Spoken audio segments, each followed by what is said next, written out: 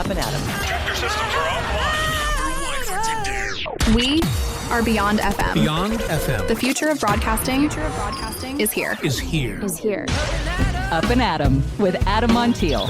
It's community content from Concentrate. It's Up and Adam with Adam Montiel. Some say life is where it begins. Straight to the stars is where it ends. Yes, some say life is just where it begins. Straight to the stars is where it ends. Only to start again. Thank you for being Up and Adam. My name is Adam Montiel. Just a couple days away. Thursday, Friday, 2 sleeps. 2 sleeps away from Pink Drank. D-R-A-N-K. Tomorrow, I'll be on Hammer's morning show on 95.3 The Beach. That's tomorrow morning. Later on today, I'll be on Central Coast Spotlight on K-News with Scott Taylor, talking about it with my friend Robin Coleman from the Woods Humane Society. So a little rare media opportunity for me to be interviewed with Robin Coleman. That's going to be very, very fun. Always love spending time with her. And then we're ready. Go to pinkdrank.org. You can use the promo code PINK and get tickets for $65. Like, where else are you going to find a wine event? This many producers, this kind of fun, a freaking pool, food, drink for $65. Let's go. Use the promo code PINK when you go to pinkdrank, D-R-A-N-K, pinkdrank.org. All right. Looking forward to today's episode. Look, the wine business is changing, and it is the biggest business here because it has to do, it's the anchor of all the tourism, and the tourism is the biggest business here. So the wine business changing is something that affects a lot of things around us here. And really the entire beverage business is changing. People, they're drinking differently. Gen Z is different. RTDs, those ready to drink little cans, those are different. Speaking of cans, small formats, bag in a box, wine cocktails, lighter packaging, even things like cannabis and GLP-1s are all shaping the way people think about what they drink, how much they drink, and where they want to experience it. So while some people are looking at the industry and asking what happened, 2 Central Coast operators are asking a better question.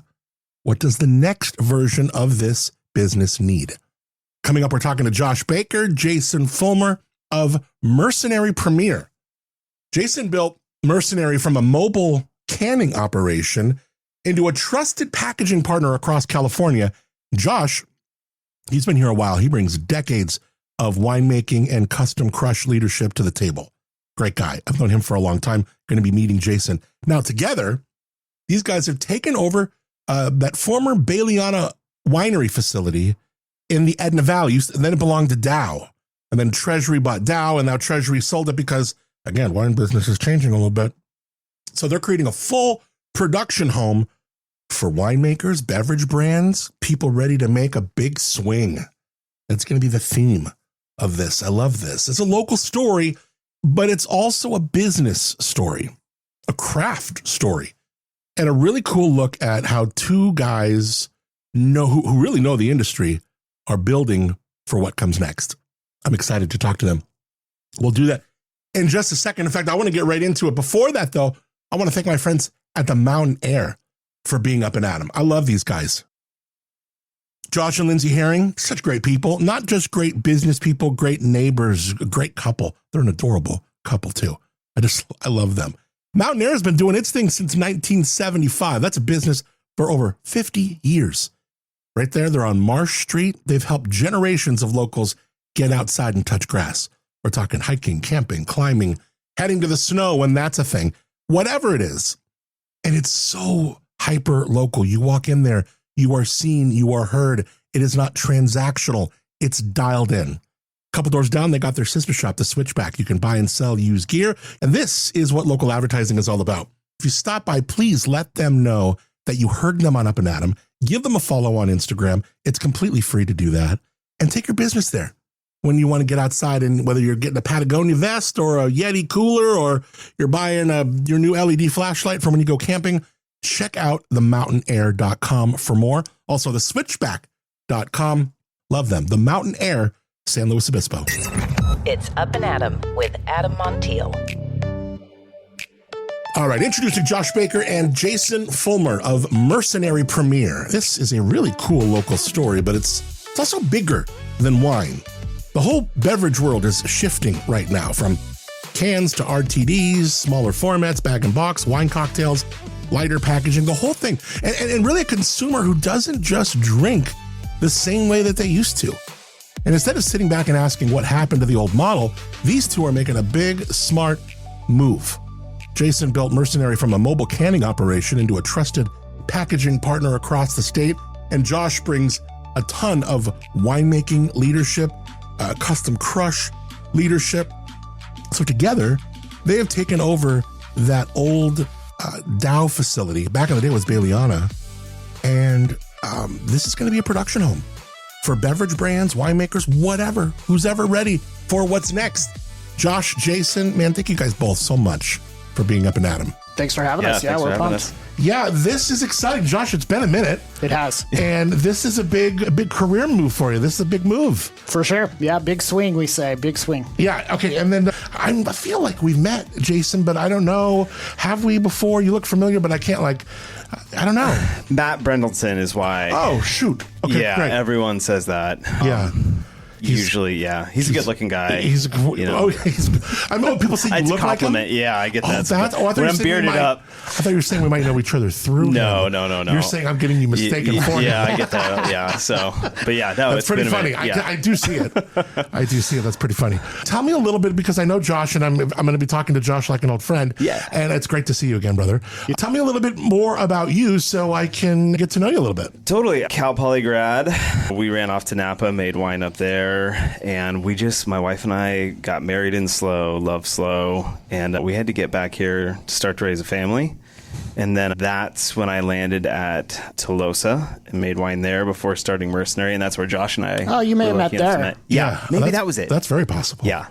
And just kind of branched out, started Mercenary. I started a single canning line for all the breweries locally, and then just hit the ground running. Yeah. Never turned back. And when did you start that canning line? Like what years of that? 8 years ago. Wow. Yeah. Right as it was getting hot. And how did you kind of get in on canning stuff? I really like working with my hands and mechanical, and just kind of the whole industry as a whole, being able to step away and help a ton of people do a ton of different packaging projects was a lot of fun.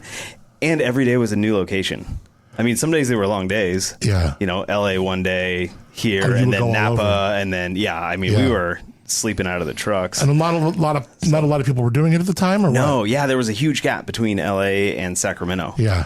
And great. Just wanted to get out and did it. And so many creative types up here, right? And we have all these winemakers who either want to put something in a can, or you got the brew, the craft beer movement doing its thing. Cider makers. No one had accessibility to cans. So we started with one line, and now we have 3. And then a massive counter pressure bottling line that we've been rolling around. And that what makes bubbles? We can do bubbles. I love bubbles. Yeah. And for a can or a bottle? Is that what you're saying? Both. Dude, you got all the equipment. You got it all. Yeah. That's pretty neat. Yeah. So did you ever have your own brand or want to make something or what? No. Nope. I like packaging. Yeah. I'm not the one to be on the road marketing and the dinners, which is odd because no winemaker likes packaging. Yeah. It's the worst part. You talk about winemakers and the day that they just loathe, and it's bottling. Yeah. And it's what can go, if anything can go wrong on bottling day, it'll find its way to, and it's just such a tough day for you guys, isn't it? Yeah. It's tough. Yeah. I mean, it's pressure laden, right? Because it's the past, year and a half, or even 2 years coming to a head, and everything has to go perfectly. And there's a lot of pressure that way. And, inevitably, there's bumps and bruises along the way that you kind of have to wade through. Yeah. But I think that's one of the things that's cool about this project is that, you as a winemaker go through all of those trials and tribulations to put something special in a tank. And it's a weird thing to think about that then on that day where everything matters, you're going to turn it over to someone who's not a winemaker, And so I think what's unique that Jason brings to the table is, you've got a winemaker doing that work for you all of a sudden. It makes a big difference. Yeah, because you're a winemaker too. You're making the wines at Tolosa. Yeah, we were doing that, yep. And then while you're doing this kind of side hustle business. Yeah, we started, and then my last harvest saw it at the beginning of harvest, and then we checked out and started Mercenary. So yeah, both sides. But was it a tough, scary jump to go full time? It was terrifying. Yeah. Oh my God. Yeah. My wife, we got to give all the credit to Mercenary to Andrea because she let me just go for it. Yeah. The last day you get your last check, and then you're looking at like your calendar, and you're like, I got 2 jobs for this month. Like, I got to get going. Yeah, it was terrifying, but awesome at the same time. I know. I totally know what you mean because I got laid off from terrestrial radio October of 23. You get that final check and maybe a little vacation you didn't take. And then you're just like, oh, shit, it's on. We got to go. Somebody told me, it was a great quote. They said, you'll never be as freer as you are right now with the amount of experience that you have right now. And that to me was just like, oh, yes. I love how you say it's like terrifying, but it's amazing. Yeah. And it's same with this, right? Like this is a big, we're biting off a big project here. Yeah. But it was like, let's just get in and get going. How many square footage is that property? It's massive. So the production facility itself is 48,000 square feet. Are we gonna have are you gonna have events there? Raves? We can't have events. What are we doing? No. We can't. Actually, that's a condition of the use permit. So we can't have events. I think when it was originally built, right? It was built by the Nivens back in 99, late 2000s. And they had the Baileyana brand and their suite of brands, and they had the schoolhouse that's still in its existence out on Orcutt Road. So they never needed a space where they could do events or do tastings, and so that facility, it's tailor made for a service based business like ours because you really can't do those things there. Yeah. So you have the ability to really go from, I think like the website says, I mean, we're talking full on vertical integration. You could bring us the juice, we'll make it. We could start with a wine project. You even got your hands on some vineyards that are going to be coming online in time. Yeah. So there's really a whole, I mean, and really the angle was to not have your own brand. Really, you want to stay far away, almost like we were talking with you about the Mercenary stuff. Yeah. Stay as far away from it as possible. Yeah. I mean, I think that's one thing that makes us special in some regard is, a lot of people do custom crush, and a lot of people who have their own brands utilize a portion of their capacity to do custom crush.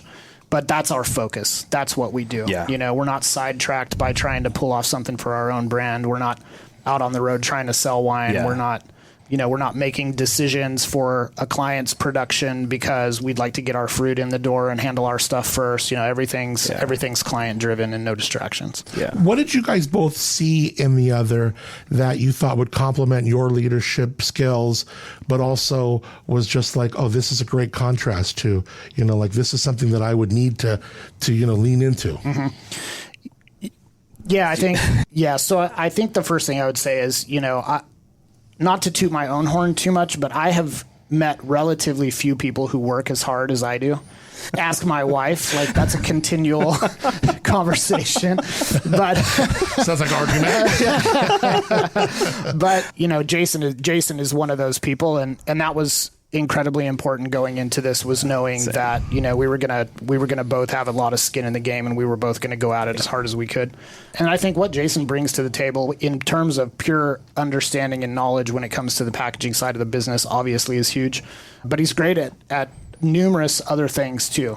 Production wise, he's a great winemaker. He's got a great palate. He understands the numbers and the chemistry. He understands all those things that are helpful on the production side, which is where I focus, but certainly filter into the packaging side where those things are still important. And I think the last piece is we have a very similar thought when it comes to culture building and how we want to treat the people that work for us. And I think in some ways, the opportunity to build a team and build a culture the way we really wanted to was by far and away one of the most exciting aspects of the project. What about you, Jason? It's Josh Baker. Yeah, right? This guy's a legend. Like, let's be honest. No, when we started working together, Josh is one of a kind. Just everything he does is perfect. I mean, this guy doesn't miss anything. Everything is on point.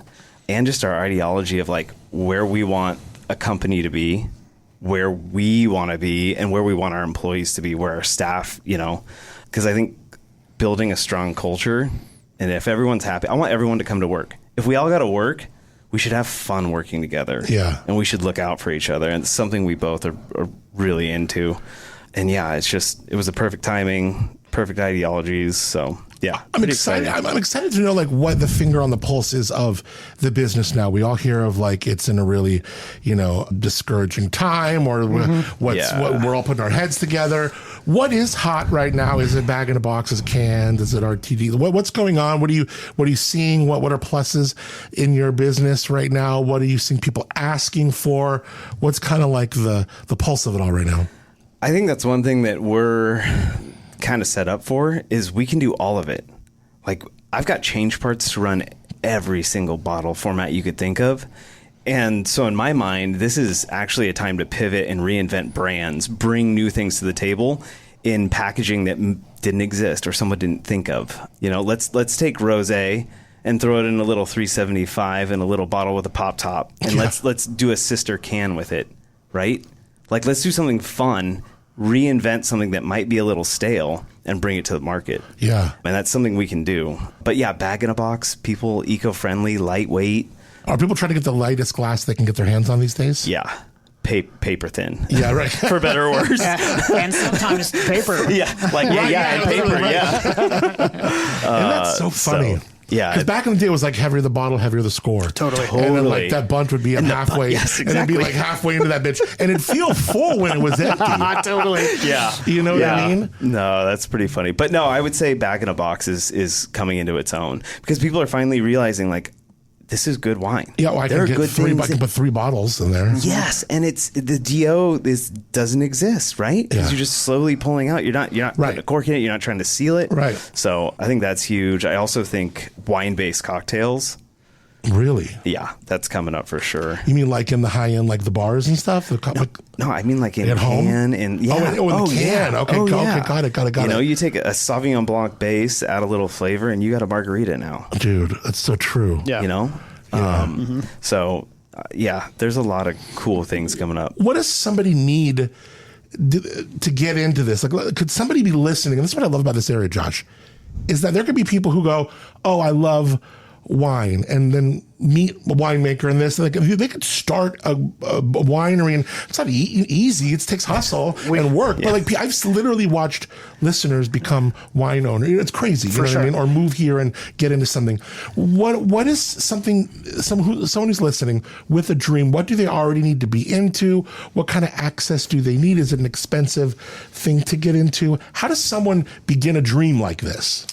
Yeah, I mean, I think it takes initiative is what it takes, from the get-go. But on top of that, I think talking to the right people, I mean, my goodness, right? None of us would be anywhere where we are today if we didn't have people that we were kind of lean on and asking questions or jumping in with to learn from.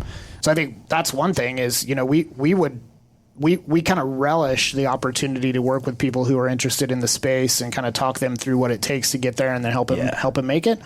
I mean, we work with people every day, especially on the wine cocktail side, who are trying to put together new and exciting products. And I mean, these are guys and gals from all walks of life, accountants, doctors, lawyers, but also people who are straight out of school and tried something at the bar one night they really liked and they're trying to recreate, or they have a cool marketing idea. It's really, in all honesty, if you know the right people and ask the right questions, it's not hard. Like everything, it takes some money. Like, let's not lie, right? There's some startup costs. And then you got to be like, am I making this myself? Am I getting my hands on because do you want a winemaker who is already a winemaker, but let's say they can't make it at their day job, they're going to come to you and do Custom Crush with you? Or are you like, I don't need another person telling me, or do you want that person? Like, hey. So good question. In my career, managing Custom Crush for years now, we've seen all kinds, right? I think, we've been in situations where I've gotten a bottle in the mail and a contract that says, hey, we're going to bring you 100 tons of Chardonnay from Monterey and we want it to taste like this. Yeah. Like, call us in a year when it's ready and we'll come pick it up, Or there's the opposite end of the spectrum where you literally have people who are in an office on site, a winemaker that's there making their wine, in touch with it every day, talking to you every day. And honestly, that's my preference, right? I feel like we can make a better wine the more involved the proprietor is. Sure. And I kind of learned to welcome those conversations and those doorway talks about what needs to happen and how the wines are tasting and what's going on so that nothing gets missed. Yeah. Yeah, that makes sense. That makes sense. So what are we looking for right now? We're looking for any type of clients that want to bring in, and whether it's can some of this, bottle some of that, fruit down the line. We're looking for it all right now. Yeah, so we'll pull off a 2026 harvest. We're prepared to do about 2,500 tons or so. Got a lot of fantastic equipment. Be some tight timelines for sure, but we're confident where we stand right now that we're going to make it. And that facility is just in incredible shape. It's got, we think the best, most current technology to offer. And we're looking to fill it out. I think we probably have another, 500 or 600 tons of capacity yet to fill, but we've filled a good chunk of it. But as you mentioned earlier, clients can insert themselves in any portion of the process. So they can bring us fruit, they can bring us wine, they can bring us juice, and we can ferment it for them. They can bring us wine, they can, do all sorts of things. Or they can bring you nothing and say, hey, I need it all. Yeah, that's right. I just want to package something that looks like this. And then what about like art direction? Do you have folks within that scope, or do you say, hey, we're in production, we're not in that kind of creative production? So I have people I refer. We got a couple artists that we've worked with, because that's actually something I love, is like the new startups. Like people call and they're like, oh, sorry. I'm like, no, that's like gets me excited as you see their vision and you're like, let's bring it to life. Yeah. Like, let's go. So through the years, we've developed relationships with people that we can refer out, artwork and blending and things like that they need. So. Take me to like when you guys were first walking through this place, the lights are, dim, you're just kind of like, wow, you're just like taking it all in. And you're both like, what did you both feel when you're like, no, this is it, like it's on. We got to do this. Yeah, so I was familiar with the winery. So way back in my career, I worked at Edna Valley Vineyard for a number of years, and at that time, it was half owned by the Nivens as well, and they had what was then known to everybody as Orcutt Road, which is the facility we purchased. And so I did a lot of kind of cross-functional stuff between teams there, and so I was familiar with the winery. But then, kind of went dead on it and hadn't been in probably 10 or 12 years. And man, when we walked through, I think the first thing that came to light was like, it was not the same place.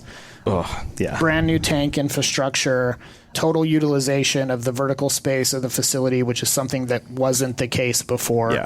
There's 2/3 of the tank farm is essentially brand new. The receiving equipment had been all upgraded. All the winery systems were upgraded.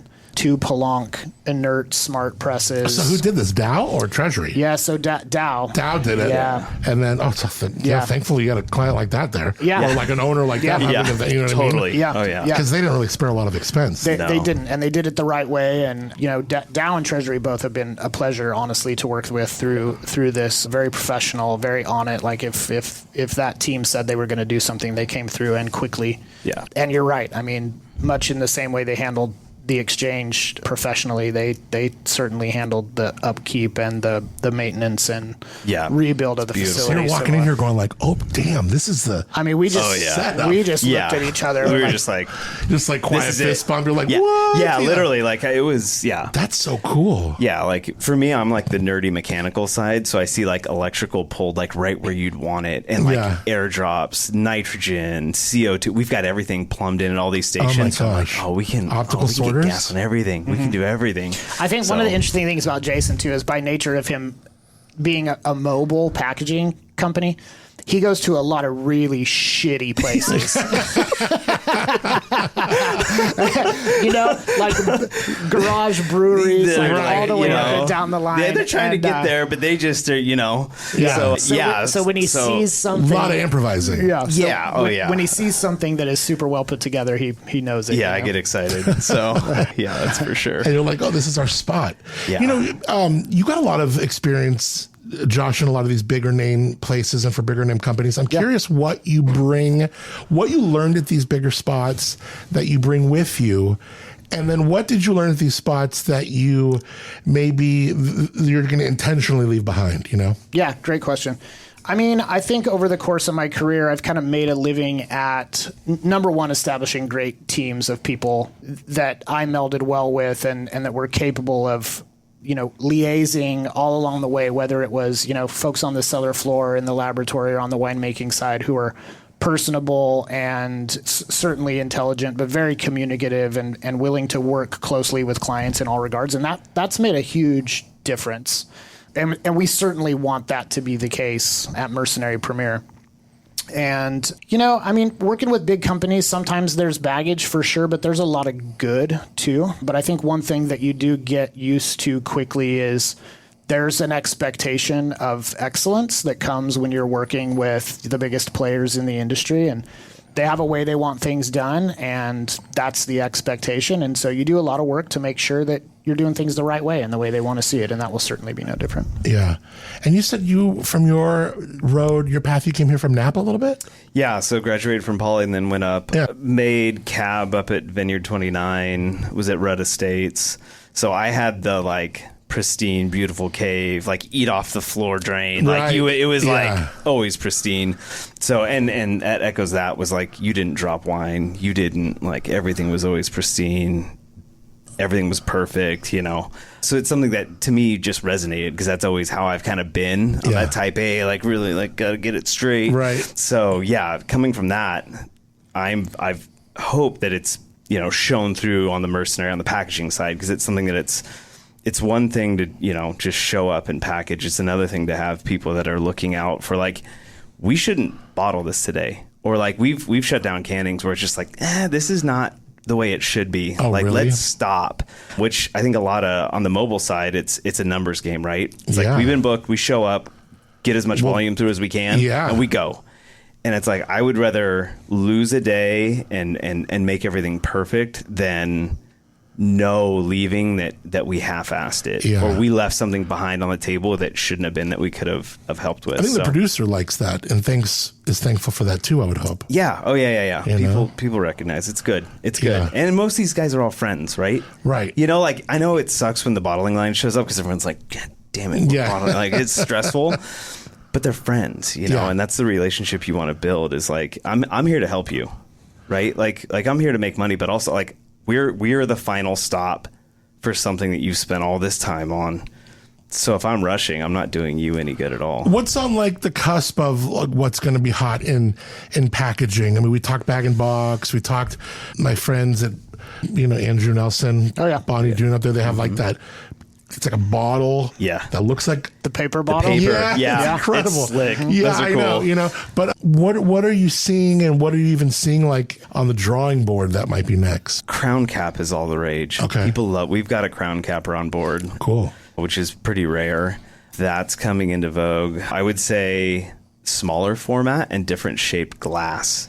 Really? Yeah, I call them hand grenades, but they're 375s that are small that you can like a red stripe bottle. Oh, right, like a little fat they're stubby. Cool. Yeah. Oh yeah. Yeah. But again, think of that on the shelf.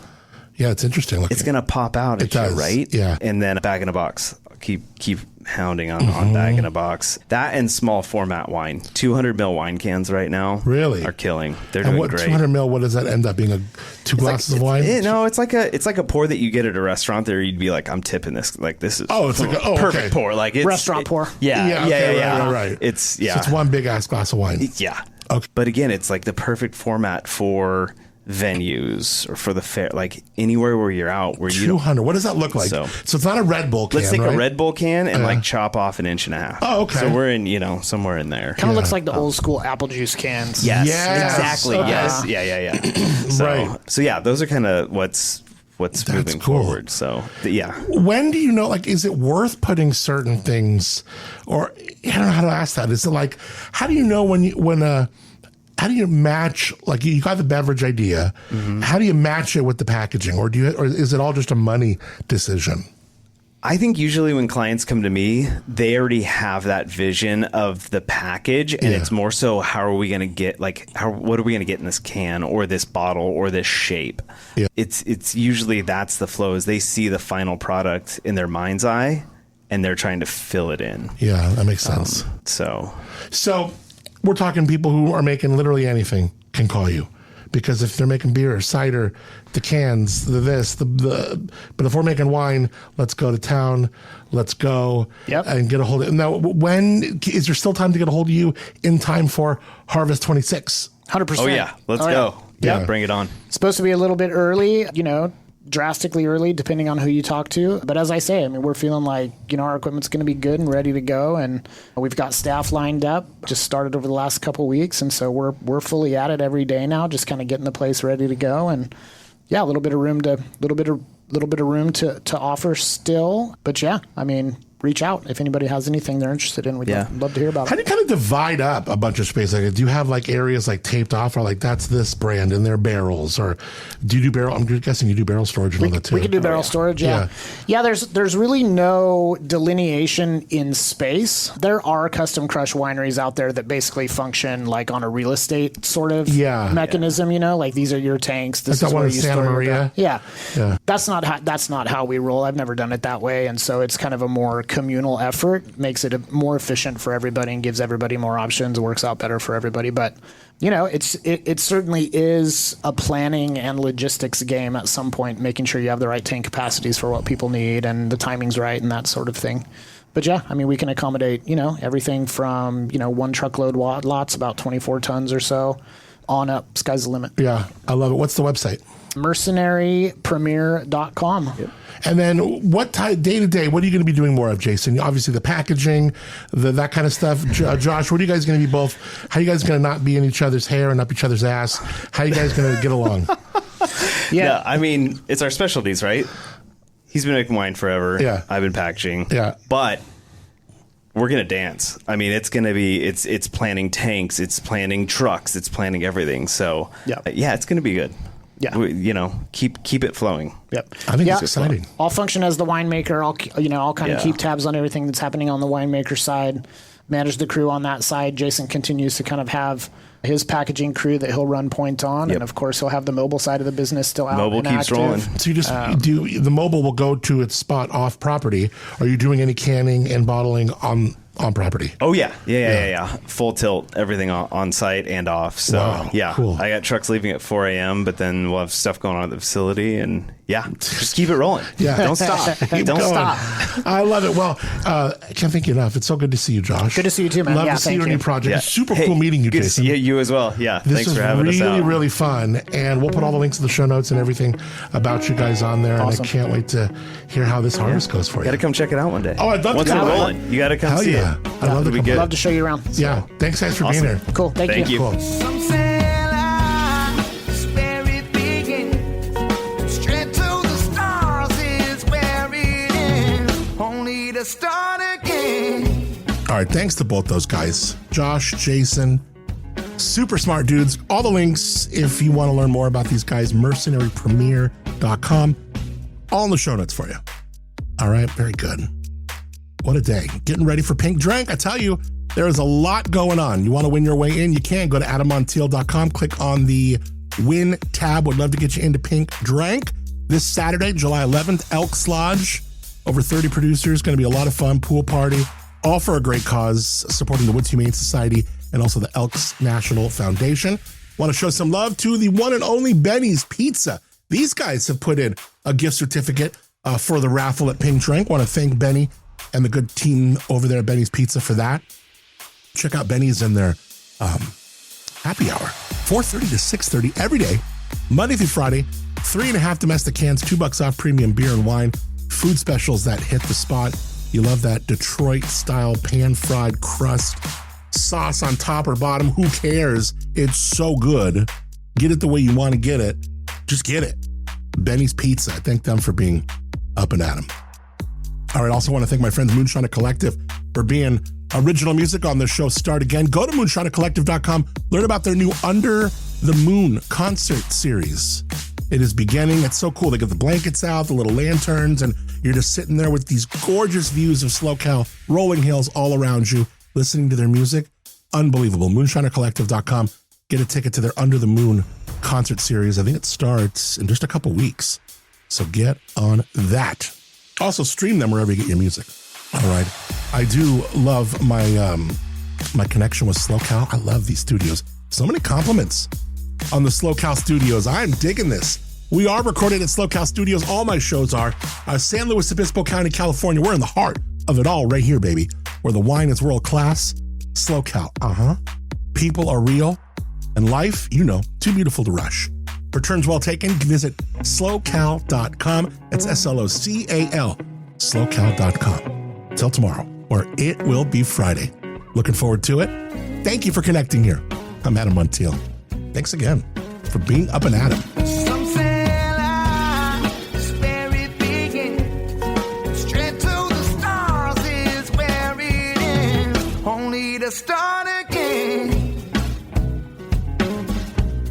let's start again.